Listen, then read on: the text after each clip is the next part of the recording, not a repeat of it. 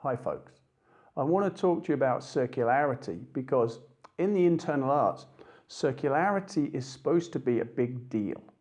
However, there's an awful lot of complexity in the forms. Not just in the forms themselves with the hands here, the other hands here, the body's turning, you're stepping over there, but then also within the form, all these threads of neigong, bending and stretching, closing and opening, twisting and turning, various things with the chi and the fluids of the body. And the mind gets fixated into these pieces and circularity goes out the window.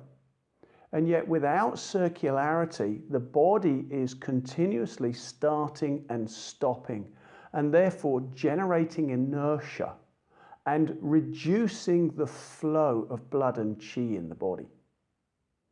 So here I'm going to be going through a series of circles, the 7 circles of Tai Chi, because these 7 circles teach the body how to move in circularity.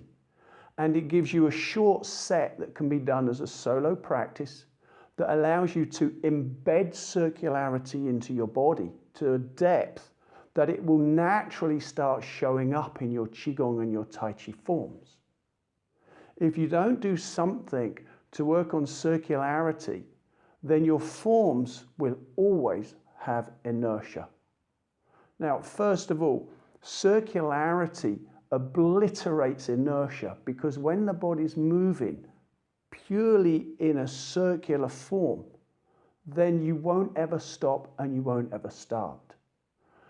The second thing that comes online is the nerves start to release and the tension starts to dissipate. And then the movements naturally sink deeper in the body. You use less effort in your motion and you start to reserve energy and then develop the flow of blood and chi.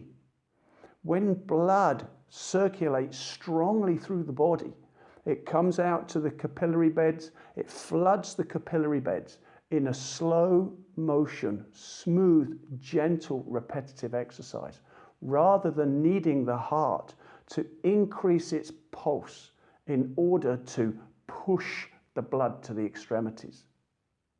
Then, of course, once the blood is moving, you start to circulate chi. Now, all the meridian lines finish at the extremities, the fingertips, the crown of the head, the feet.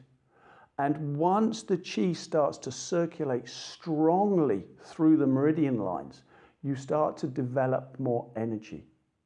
And this is similar to if you take a spoon into a large pot of water and you start to stir.